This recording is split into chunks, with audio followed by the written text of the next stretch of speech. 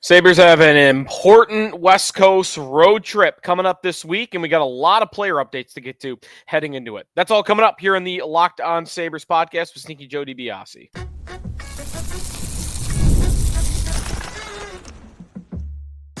You're Locked On Sabres, your daily podcast on the Buffalo Sabres. Part of the Locked On Podcast Network, your team every day. And welcome in, and thanks for making Locked On Sabres your first listen every day. We are free and available wherever you get your podcast. That includes our YouTube channel. You can check us out there. Part of the Locked On Podcast Network, your team every day. Today's episode brought to you by Indeed. Still searching for a great candidate for your company? Don't search, just match with Indeed. Sneaky Joe DiBiase on today's show. By the way, I'm not offended if we are not your first listen today. Maybe we're your second because Locked On Bills with Joe Marino was your first listen. That's acceptable. The Bills, obviously, with a huge win yesterday over the Kansas City Chiefs, are going to be the talk of the town today. But they are now off. The Bills into their bye week. So we got 2 weeks with the Sabres having it all to themselves. I mean, the buzz in the town is going to be about the football team. Maybe that can carry over. A little bit of that magic can carry over to the ice. The Sabres have 3 West Coast road trip games that we'll talk about in the next week. LA, Anaheim, and San Jose. They will then return home to play Minnesota and Vancouver, and then they'll go back on the road to play the Islanders. So they have 6 games, by the way, before the Bills' next game. Football, that's how it goes sometimes, especially when you're in the middle of a bye week. So a lot to get to on today's show. We got updates on injuries, updates on who's been sent down, who is going to be out for how long, who's coming back into the lineup. A lot to get to on that front. I do want to touch on the West Coast trip coming up and really what the bar should be for this West Coast trip, and Lindy taking it upon himself to kind of acknowledge the standings as a motivating factor, that the team is looking at the standings day to day. Lindy, by the way, will be on with me and Jeremy White on WGR 9:30 a.m. on Tuesday morning. So we'll talk a little bit about what the coach has to say tomorrow on the air, and then tomorrow on this show, we'll recap it a little bit after the fact, see what we get from Lindy tomorrow. So that's coming up today. And Isak Rosen is one of the players that's been called up. And I want to talk a little bit about him in the third segment of today's show, because I kind of wrote him off, and I still kind of feel comfortable in doing so, but he has had a better year than I anticipated that he was going to have in the AHL, but we'll see if that translates to the NHL. I'll let you know why I'm still skeptical of why he won't be an NHL player, or I should say skeptical that he would be an NHL player, but I'll also give you the pro side, what he's doing this year that would make you think he still has it in him to be an NHL player, despite the fact that it's been 4 years since he was drafted in the first round, and he is still not here. He's been leapfrogged by Benson, leapfrogged by Kulik, and others. So we'll talk about Rosen a little bit later in today's show, as he's now with the Sabres. So that's the spoiler on one of the roster moves the Sabres made. They're bringing Rosen with them to the West Coast. So some of the other things that we heard about today, we've got some news and notes for you to start off today's show. By the way, if you want these updates right away, you want to sign up for our Locked On Sabres text club. The way to do that, go to joinsubtext.com/LockedOnSabres to get all your news updates, your text alerts for what's happening at practice, what's happening with roster moves, and so on and so forth. So Rosen is one call up. We've got some practicing and not practicing. Tage is practicing with the team, and he did so on Monday morning. So Tage looks like he is going to play on Wednesday. Lindy already talked like that over the weekend, and what you would have wanted to see after he did practice on the weekend was that he would respond well, and that Tage would be able to skate again when they were on the ice on Monday. Tage was on the ice. So Thompson looks like he's going to be back after a couple of days off. Alex Tuch was not practicing. Doesn't sound like, though, there is any cause for concern there that he's going to be fine. He is going to jump up and play just without a practice. But that's kind of an educated guess right now. We don't have an official update on Tuch. He played 23 minutes the other night, so workload was up for him. We'll see what we get the next time Lindy talks about Tuch. Jordan Greenway. This is a tough one. Jordan Greenway is going to be out week to week with a middle body injury. And Greenway was somebody that I was calling for to be healthy scratch at the beginning of the year, at least going into the year. Once he played a couple games, I mean, that went away very quickly. He has been great all year. He's been fantastic. The last 16 games have been his best 16 games as a Buffalo Sabre. They miss him. And without Tage these last couple games, and then no Greenway, Jason Zucker hasn't looked like the same player playing with different line mates. And you want to get him back on his regular line. You want to put that McLeod, Zucker, Greenway line back together. Tage returning will allow them to put McLeod back down there, but they're going to have to go without Greenway for a little while here. And they could really use him getting back as soon as possible. So a middle body injury for Greenway, very, very tough one. He has 6 points on the year in 16 games, been a lot more than that. His physical attributes, his ability to be the Sabres' top penalty killer, which he has been throughout the year. He is an important part of the Sabres' middle six right now. And with him out, you know, who kind of steps up and takes over that role a little bit? I mean, you've got your fourth liners to bring that physical role, but who in the middle six is able to provide that physical element while still being a good hockey player? I don't have the answer for you. I don't know if there's a guy. Peyton Krebs can do it a little bit in a smaller stature, but it's not the same. It's not the same physical intimidation. It's not the same body positioning. It's not even the same level of penalty killing that you get from Greenway. So they're certainly going to be missing him, I think, a lot. Let's jump to the blue line. Henri Jokiharju is going to return to the lineup after, I mean, he's been out a while. Jokiharju, not with an injury. Jokiharju, remember, he and Matthias Samuelsson, it was a surprise when they were both healthy scratched a little over a week ago. And Samuelsson returned to the lineup, then got hurt, went back out of the lineup. They brought Dennis Gilbert back in. Now, Lindy confirms that Jokiharju will return to the lineup on Wednesday. He has not played since the Detroit game on the 2nd. So that is 16 days, and it will end up being 18 days by the time he plays. 18 days between Jokiharju games. And real quick on him, because he's kind of an afterthought at times, for good reason, in a way. He's not a great player. He's not also a horrible player to me, and he doesn't play an exciting brand of hockey. He just kind of, you know, does this describe anybody on the team better than Jokiharju? He just kind of exists, right? Jokiharju just kind of exists on the hockey team. Go ahead, name me a Jokiharju moment in his career, good or bad. Good or bad. I'd be impressed if you could do it. I bet you could do it out there. It's not easy, though. So he goes out as a healthy scratch. The Sabres blue line has looked pretty good without him. And Dennis Gilbert kind of this is why I think he's kind of stayed out. When Samuelsson left the lineup, big body, physical presence, they put Dennis Gilbert in there. And Dennis Gilbert is that type of defenseman. So when Samuelsson gets hurt, they want to keep that physical element. So Gilbert's the one who goes back in.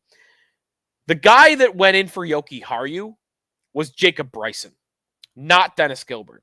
Bryson was the one that went in for Jokiharju. And Bryson has been very good. I've been very impressed with him. Yet again, in my opinion, he should not come out of the lineup when he's healthy, ever. And this is how he played at the end of last year. Bryson was smooth. He was composed. He was making the right decisions, making the right passes. If he's in trouble, he gets the puck out to open space where only his guy can go retrieve it. Bryson just does not make mental mistakes. Yes, he is small. And it does, you know, affect him. It can get him beat at times. He is, you know, what is his listed height? I feel like depending on when you look and what day you look, it's different. But 5'9". He's 5'9". He's a small defenseman, one of the smallest in the National Hockey League. 177 pounds. He could get bodied a little bit, but I just think what he provides you in all the mental aspects as a passer, that little bit of speed that he could jump up in the rush with you a little bit, even though he's not very dangerous when he has the puck. I just would never take Bryson out of the lineup. So I think Lindy's agreed. And with Bryson not playing poorly, where is there room for Jokiharju? Well, they're going to make room by taking Connor Clifton out of the lineup. It looks like Clifton is going to be the one that comes out. And a little bit of creativity there, but I like that because if you're going to keep Dennis Gilbert in the lineup, which they plan to, Gilbert gives you that physical presence on the third pair. Power is not a physical player. He's at least a big body, though, on the second pair to go with Jacob Bryson. Power at 6'5", over 200 pounds. And then Dahlin on the top pair is your physical guy. I mean, he throws the open ice checks. He's tough to play against. So you've got that on all your other pairs to some extent. Your third pair, you already have Dennis Gilbert. What do I really need Connor Clifton also for?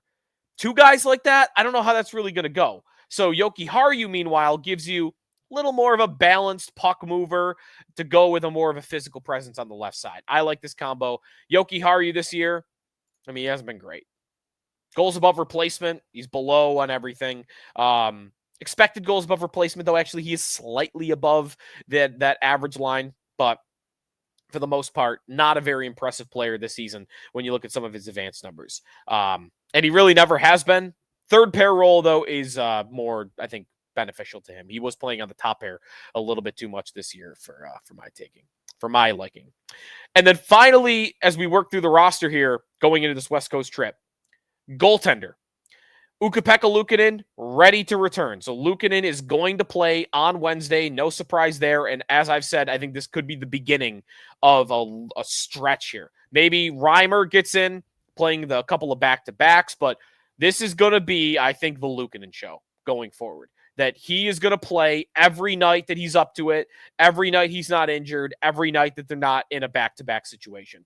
I think this is Luukkonen's net playing as many games as anybody does in the league, the level that Connor Hellebuck plays in Winnipeg. I think that might be on the forefront here for the Sabres. And the reason I say Reimer's going to play the back-to-back is because it happened. Devon Levi got sent to Rochester. We talked about that potential on our last show, and it's come to fruition. Not surprised at all. He's going to go down to Rochester. He's going to get some reps. Now, let's go to our text club for a question about Luukkonen today, because I think it's a question that probably many people might have or wonder about what some people might have. Here was the question about Devon Levi from one of our texters. What are your viewpoints if we try to flip Levi for something? Honestly, it seems like UPL's the guy and they've invested in him. We don't need to invest in someone who will be a backup. I love Levi, but I don't think he's necessarily needed. It's a good question. Lindy said this. Adams has said this. The league has said this. It's a two-goalie league. You want to have two capable goaltenders. And no, it's not going well this year. Levi has been very poor. He has fallen way short of my expectations this year. If you look at any save percentage, he's under 900 for the year. So, of course, you're not impressed with that. If you look at goals saved above expected per 60 minutes this year, minimum 5 games. That's out of 58 goaltenders. Devon Levi ranks 58th. Goals saved above expected. Remember, last year, that was part of my defense of him, that he had a better year than we all thought, because when you pull up that one number, goals saved above expected, which is my number one number, my favorite number to evaluate a goaltender, he was really good, better than Luukkonen. He was top 10 in some areas, some places last year for that. Money Puck was one of those because they kind of weight it based on opponent. This year, per 60 minutes, Levi's dead last in that same category, that same number. Time to get him out of the net. Send him down to Rochester. Let him get his game going in the right direction. Let him correct his game. Let him get the reps down there that I don't think he's going to get up here. Let him get going on that. But to the question from the texter about whether it's time to sell on him, absolutely not, in my opinion. You would be selling at his low point. You would be selling for lower value than I think you should be getting. If he were to be a part of a bigger trade to get a top 6 forward, and that's what the team wanted, then I'm not going to say I'm close to it. But I would not give up on Levi right now at all. I'm not worried about Levi even still. And Luukkonen should be a little bit of a lesson on this. Ullmark maybe should be a lesson on this. We watched all this happen with every goaltender. Almost every goalie in the league. 22 years old. They're going through some stuff. They're going through some struggles. It happens. It happens to everybody. Hell, with Luukkonen, This is part of the reason I started to give up on him in a little bit.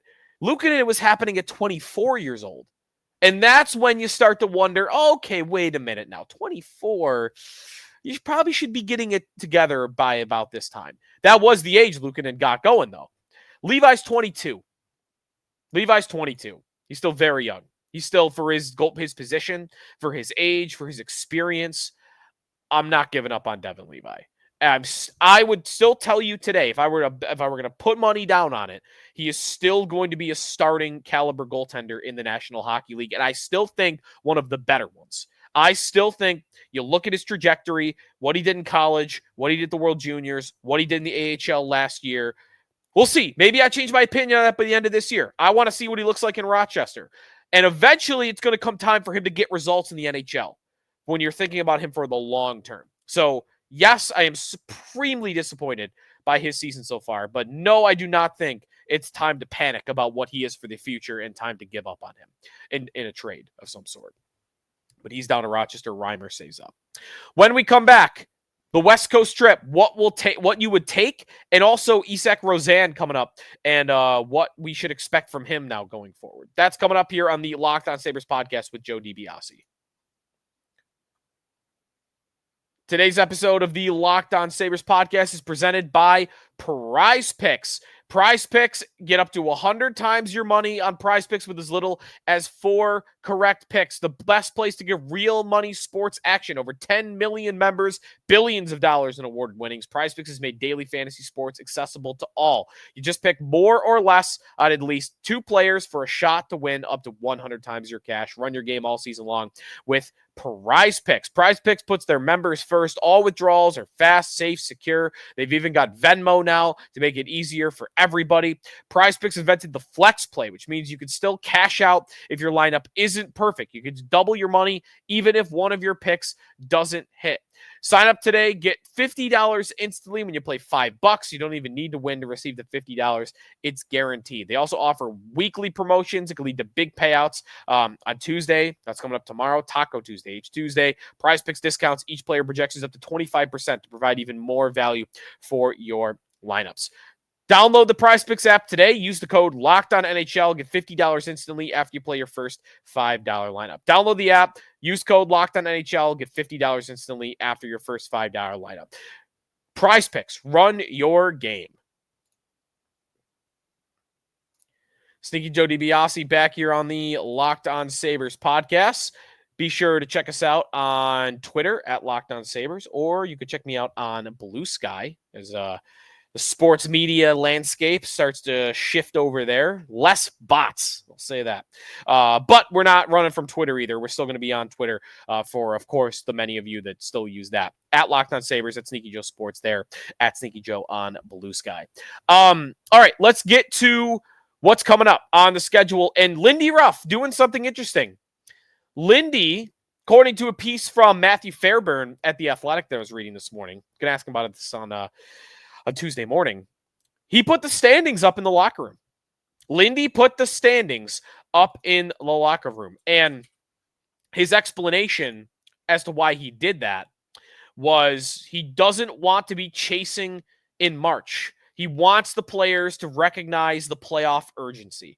And by putting the standings up, he kind of reminds them of that on a daily basis, what the urgency is to get in the playoffs, to not let games get away from you in stretches. So now here comes this West Coast road trip. 3 games out west, 2 of which are against fairly easy opponents. If you look at the standings so far this year, and you look out in the West, if you're not paying attention to it, LA's not bad. LA's good. LA's very good. 4th place in the West.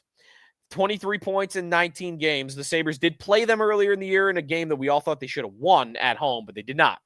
So the Kings will be a challenge. San Jose and Anaheim. In the league, there's only one team in the league with fewer points than San Jose and Anaheim. They both sit with 14 points. And San Jose, by the way, is 14 points in 19 games. Chicago is the only team lower than them at 13 points. Anaheim, San Jose, 2 of the worst teams in the National Hockey League. The Sabres have 3 games here, 2 of which should be gimmies. Even on the road, those are games the Sabres are going to be favored in. And if you want to be a playoff team, you got to beat the bad teams. And given what they've already done, Philly, maybe I went a little too far the other day saying they're one of the worst teams in hockey. I still think they're going to end up near the bottom of the standings, but it's hard to say that right now because they're not there right now. They are not there right now. They're a point per game, 18 points in 18 games. They have a loss to Columbus on their resume. They have a loss to Montreal on their resume.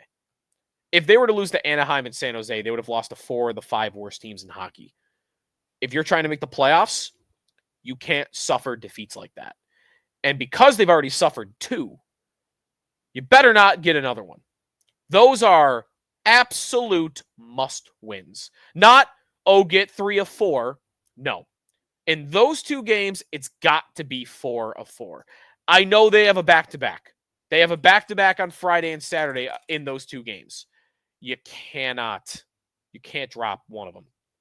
You can't even drop a point to one of them. I would not take 3 of 4. Now, all right, if you beat LA, though, maybe I'll be a little bit more willing to give them a pass if they were to do that. So let me put the whole thing in context for you. What my bar is for this upcoming road trip out west. Luukkonen's back healthy. Tage is going to be playing. I know Greenway's out, but there's no injury excuse. Those 3 games, at Kings, at Ducks, at Sharks, it's got to be 5 of 6. Got to be 5 of 6. They're trying to put a run together.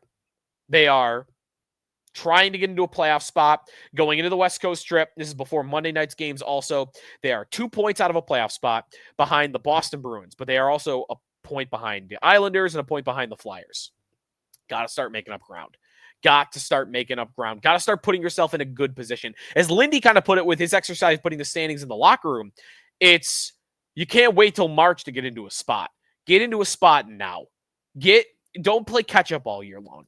That's what you want to see from the Sabres. And if they're going to get into a spot, when you get a trip like this where you play 2 really bad teams, get 5 of 6. 5 of 6, then you're talking about 22 points in 21 games coming back home. That's got to be the bar. That has to be the bar for the Sabres as they go out west for some Sabres After Dark. When we come back, Isak Rosen. What's the story here? Why I was so down on him going into the year and why my antennas up a little bit after the start he's had in Rochester as he now joins the Sabres for this trip, and I would probably expect is going to get a game in at some point. We'll talk about him when we come back here on the Locked On Sabres podcast with Joe DiBiase. Today's episode of Locked On Sabres is presented by Indeed. We're driven by the search for better, but when it comes to hiring, the best way to search for a candidate isn't to search at all. Don't search, match with Indeed. If you need to hire, you need Indeed. It's your search, matching, and hiring platform. Over 350 million global monthly visitors, according to Indeed data, and a matching engine that helps you find quality candidates fast. Indeed doesn't just help you hire faster. 93% of employers agree that Indeed delivers the highest quality matches compared to other job sites, according to a recent Indeed survey. Join more than 3.5 million businesses worldwide that use Indeed to hire great talent fast, leveraging over 140 million qualifications and preferences every day. Indeed's matching engine is constantly learning from your preferences, so the more you use Indeed, the better it gets. Listeners of this show will get a $75 sponsored job credit to get your jobs more visibility at Indeed.com/lockedon. Just go to Indeed.com/lockedon right now. Support our show by saying you heard about Indeed on this podcast. Indeed.com/lockedon. Terms and conditions apply. Need to hire? You need Indeed. Final segment here on the Locked On Sabres podcast. Bills win. Hopefully Sabres follow suit. If you've noticed, by the way, we've not gone back and referenced that Philly game again from Saturday. We did a show on Saturday night talking about Saturday's game. You can listen to that if you would like. I can't with that game. What a disaster. A bad Flyer team, in my opinion. And what a no-show. What a no-show. Anyways, let's move on. Talk about the West Coast trip. And more importantly, more specifically, Isak Rosen. First round pick of the Buffalo Sabres, part of the Rasmus Ristolainen trade. That was the pick that they sent the pick over. That was the pick they used. The 2021 NHL draft. This is his 4th season since being drafted by the Buffalo Sabres. And so far, in the 4 seasons since then, he has played 7 NHL games. He has not yet registered his first NHL point. into the year, basically said, I'm out on thinking he's a consistent NHL player, an impact, important NHL player at any point in the future. He is a smaller player. He is slender. We've been waiting for 4 years for him to develop into more of an NHL body, and he's put on a little bit of weight, but still, to me, looks like a player that could very easily get pushed around. But he's slippery, and maybe he could translate and find a way to develop that and get that to allow him to play in the NHL. So, all right, he's behind Kulik, he's behind Benson. I'm just thinking, all right, I'm not counting on this guy ever getting here. Consta seemed like maybe he was already passing him early on in the year in Rochester, but last couple weeks, all right, here he is, 13 points in 14 games to start the year in Rochester. Nice little start, and has earned a call-up. So, let's see. Let's see what he's got. I still question, though, where he falls in the lineup, because he is somebody in Rochester that's put up points, that's been offensive. But, you might also think there's a little bit more there as a defensive player in the NHL and has been in the AHL level too. So that's the part of the game I just don't know what to expect, because if I were to plug him in somewhere in the Sabres lineup right now, I'd want to put him like on the third line with Ryan McLeod and Jason Zucker, or Ryan McLeod and Yuri Kulik. And I just don't know if that's his best spot. You might want him in a top 6 position, but I think he's outranked by so many people, including Kulik in the top 6. So I don't know. He's going to get in, and I might want to bet he's on like a third or fourth line. So I think it might come down to whether he could prove enough defensively as a two-way player to be a regular on this NHL team. But I think it's good for him that he's going to get an opportunity to actually earn a spot and earn games going forward. Remember last year when him and Kulik both came up at the same time, Rosen was the one who earned an extra week on the NHL club to play more and earn more, but he hardly played. He played under 10 minutes a night and didn't really stick. He went back to Rochester and never came back. So keep an eye on him. Now, I don't know if it's out there what number officially he's going to be wearing, but he wore 63 last year for the Buffalo Sabres. So we'll see if he's wearing the same number this year. So Rosen, we'll get a look at him again. It looks like some point on this trip, and my bar is very low. My expectation is very low. So anything he does to show he's an NHL player to me will be a welcome surprise, in my opinion. Maybe I'm being too hard on him. When I watch him at development camps, when I watch him with Rochester is a little different. Development camps, though, preseason, the 7 games he got last year, I've just not been wowed by anything. And this is going to be his opportunity. Not my opinion is not the important one here. It's to change Lindy Ruff's mind on that front. And Seth Appert, who's coached with him in Rochester for a couple of years. All right. That's going to do it for us today here on the Locked On Sabres podcast as we forge ahead towards the Kings on Wednesday night. If you got a comment or a question, we'll have a mailbag edition of tomorrow's show. So get your text questions in. If you're not already a text club member, join subtext.com/LockedOnSabres is the place to sign up. Keep you updated on all the recent Sabres news as well. That's going to do it for us today here on the Locked On Sabres podcast. Check out Locked On Fantasy Hockey with Steal and Flip. They got you covered throughout the week. Joe Marino's got you covered for Locked On Bills. We'll talk to you tomorrow here on the Locked On Sabres podcast, part of the Locked On Podcast Network, your team every day.